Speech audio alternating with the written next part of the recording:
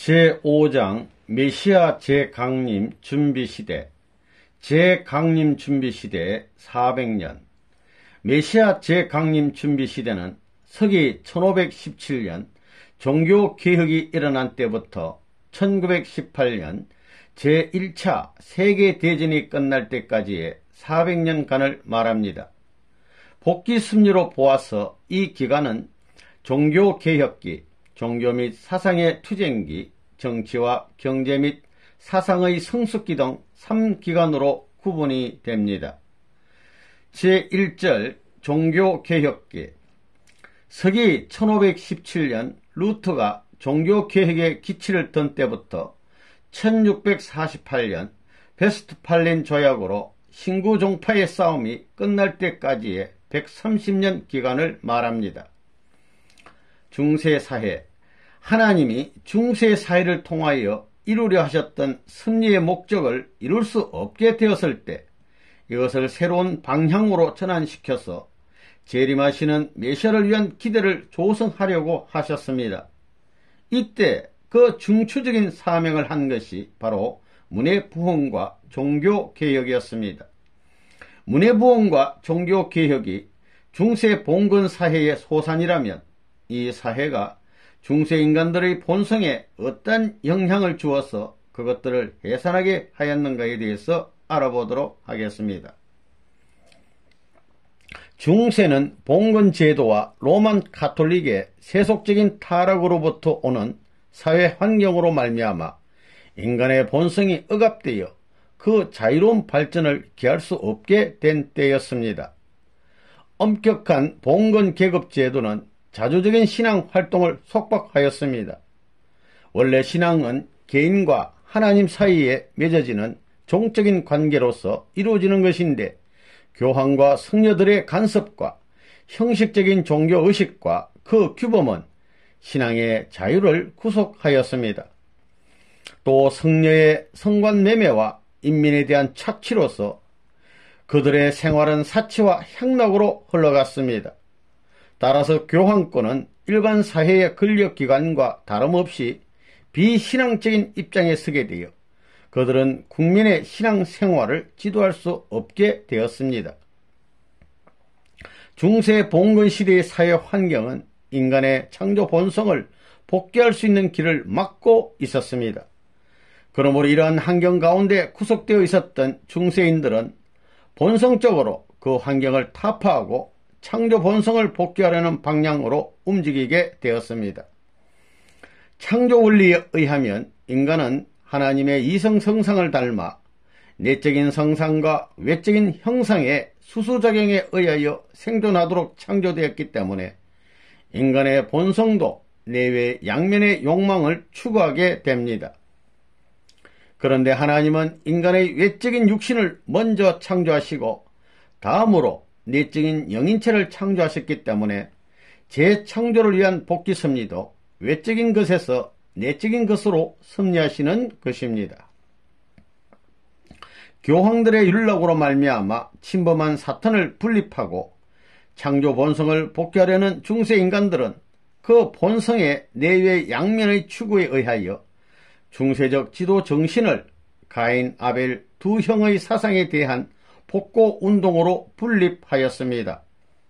먼저는 가인형인 헬라 사상의 복고운동이요, 다음은 아벨형인 히브리 사상의 복고운동이었습니다.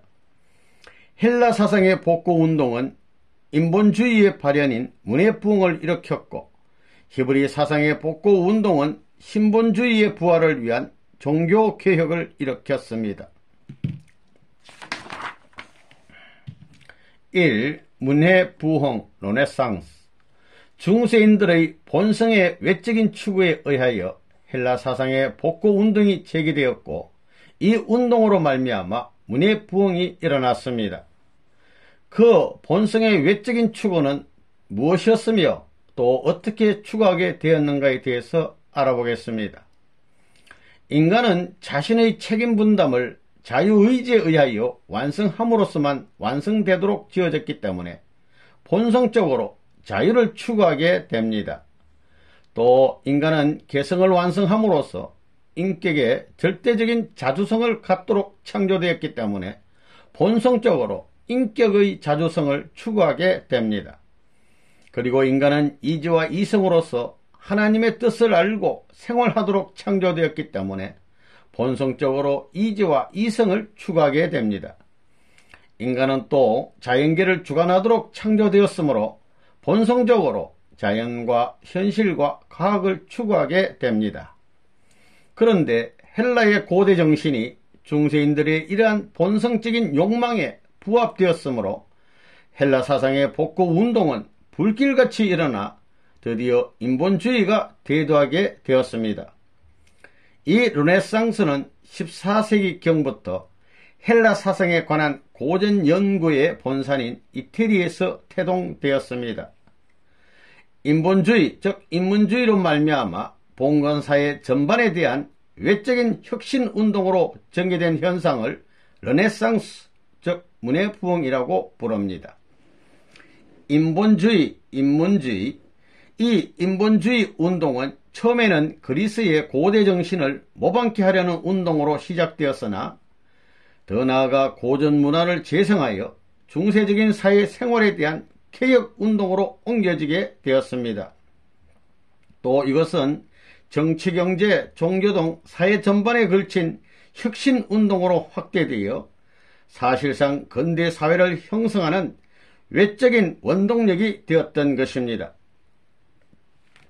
이 종교개혁, 리포메이션, 중세인들의 인본주의를 부르짖게 됨에 따라 인간의 자유를 구속하는 형식적인 종교의식과 규범에 반응하게 되었고 인간의 자주성을 유린하는 봉건계급 제도와 교황권에 대응하게 되었습니다. 나아가 그들은 인간의 이성과 이지를 무시하고 무엇이든지 교황에 예속시키는 고루한 신앙생활에 반발하게 되었으며 자연과 현실과 과학을 무시하는 둔세적, 타계적, 금욕적인 신앙 태도를 배격하게 되었습니다. 이와 같이 되어 마침내 중세 기독교인들은 교황 정치에 반응하게 되었습니다. 이와 같이 중세 사회인들이 그 본성의 외적인 욕망을 추구함에 따라서 억압되었던 그 본성의 내적인 욕망도 추구하게 되었던 것입니다. 그리하여 사도들을 중심하고 하나님의 뜻만을 따르기에 열렬했던 초대 기독 정신회로의 복고를 부르짖게 되었습니다. 이것이 곧 중세에 있어서의 히브리 사상의 복고 운동입니다. 14세기의 영국 옥스포드 대학의 신학 교수 위클리프는 성서를 영역하여 신앙의 기준을 교황이나 성령에게 둘 것이 아니고 성서 자체에다 두어야 한다고 주장하고 교회의 제도나 의식 규범은 성령의 아무런 근거도 없는 것이라고 증언하면서 성령의 윤락과 민중에 대한 착취를 통박하였던 것입니다. 1517년 교황 레오 10세의 면죄부 판매에 대한 반대운동이 토화선이 되어 독일의 피덴베르크 대학의 신학 교수로 있던 마틴 루트를 중심하고 종교개혁 운동은 폭발되었던 것입니다. 이 혁명운동은 점차로 확대되어 프랑스에서는 칼빈, 스위스에서는 쯔빙글리 등을 중심으로 진전되어 갔고 영국, 화랑 등 제국으로 확대되었습니다. 신교 운동을 둘러싼 국제 간의 싸움은 100여 년간이나 계속되어 오다가 독일을 중심하고 일어났던 30년 전쟁이 1648년 베스트팔린 조약으로 끝나면서 신구 종파의 싸움은 일단락을 짓게 되었던 것입니다.